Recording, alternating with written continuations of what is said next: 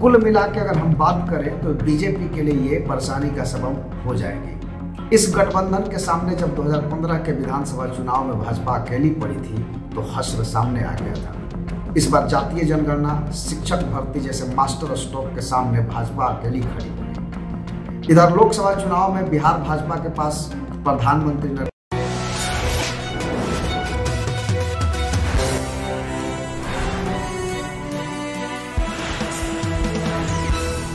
नमस्कार, मैं दीपक विशाल और आप देख रहे हैं big news 9। Janata Dal United की राष्ट्रीय कार्यकारिणी की बैठक खत्म हो चुकी है और जेडीयू के राष्ट्रीय अध्यक्ष राजीव रंजन सिंह उर्फ ललन सिंह ने अपना इस्तीफा नीतीश कुमार को सौंप दिया है। उन्होंने लोकसभा चुनाव का हवाला देते हुए अपना इस्तीफा सौंपा है। अब नीतीश कुमार जेडीयू की कमान संभालेंगे। यह तीसरा मौका होगा जब नीतीश कुमार पार्टी की कमान अपने हाथों में लेंगे। आपको बता दें कि बैठक से पहले जोर शोर थी कि ललन सिंह पार्टी अध्यक्ष पद से मुक्त हो जाएंगे। ललन सिंह ने भी इसका जवाब नहीं दिया और नीतीश ने भी इसका जवाब नहीं दिया। अभी कल तक या यूं कह ले कि आज सुबह तक ये तमाम खबरें चल रही थी कि क्या होगा क्या नहीं होगा, लेकिन अभी तमाम जो कहानी उसे का पटाक्षेप हो चुका है। ललन सिंह ने जदयू टूट को अफवाह बताया था तो नीतीश इस बैठक को नॉर्मल बताकर आगे बढ़ गए थे, लेकिन राजनीतिक तापमान इसे नॉर्मल मानने को तैयार नहीं था। दोनों इनकार करते रहे, लेकिन भाजपा इस आग में लगातार घी डाल रही है। आइए जानते हैं कि इस तमाम प्रपंच का गणितीय समीकरण क्या होगा और हर सवाल का जवाब भी आपको मिलेगा कि क्या होना है और किस तरह की सिचुएशन बनने वाली है। सबसे पहली बात कि ललन सिंह ने कहा कि पार्टी एक रहेगी। नीतीश बोले कि सब सामान्य है। अगर यह दावा सही निकला तो क्या होगा? तो जवाब यह है कि भाजपा औंधे मुंह गिरेगी। जब यह सब कुछ अटकलें ही नहीं पूरी तरह अफवाह साबित होगा तो इस आग में घी डालना बेकार जाएगा। यह बात पूरी अफवाह है रही। 2024 के लोकसभा चुनाव के लिए इंडी का जो अलायंस में सीटों का बंटवारा होगा, जिसमें सीएम नीतीश कुमार की ही चलेगी और भाजपा के लिए नीतीश कुमार की पार्टी जदयू यानी लालू प्रसाद यादव की पार्टी राष्ट्रीय जनता दल और कांग्रेस की गठजोड़ के मुकाबला होना आसान नहीं होगा। तो कुल मिला के अगर हम बात करें तो बीजेपी के लिए ये परेशानी का सबब हो जाएगी। इस गठबंधन के सामने जब 2015 के विधानसभा चुनाव में भाजपा अकेली पड़ी थी तो हश्र सामने आ गया था।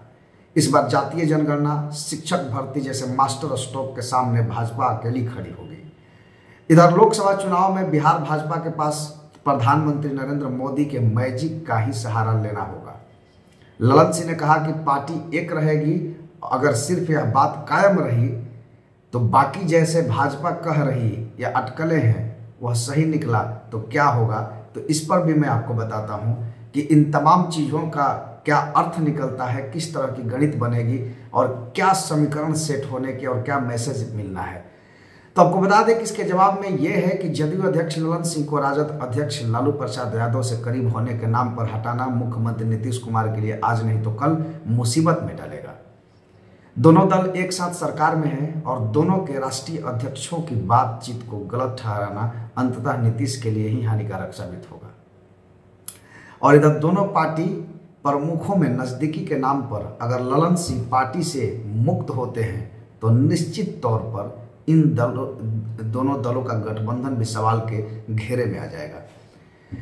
तो इसका ये नतीजा होगा कि आज नहीं तो कल कभी भी नीतीश कुमार फिर से कुछ बड़ा फैसला को मजबूर होंगे।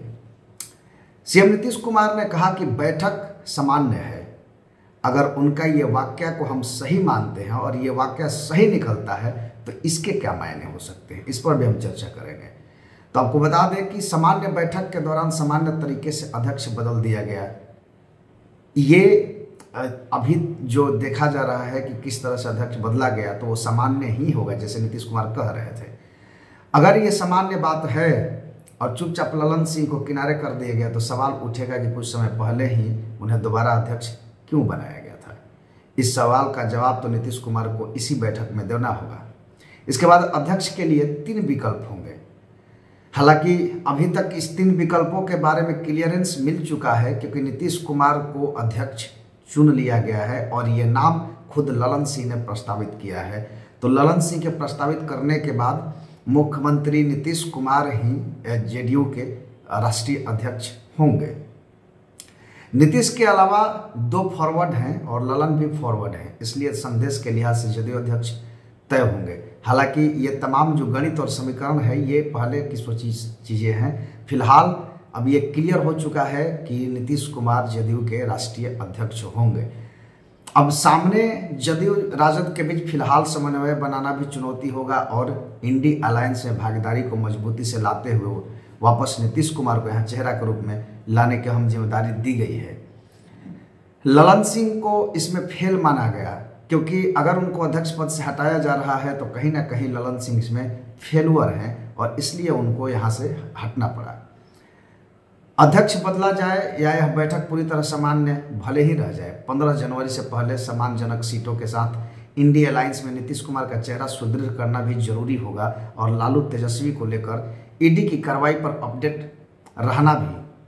पिछली बार इसी आधार पर जदयू ने राजद से दूरी बनाई थी और इस बार भी ऐसी परिस्थिति 15 जनवरी के आसपास सामने आने की बात कही जा रही है।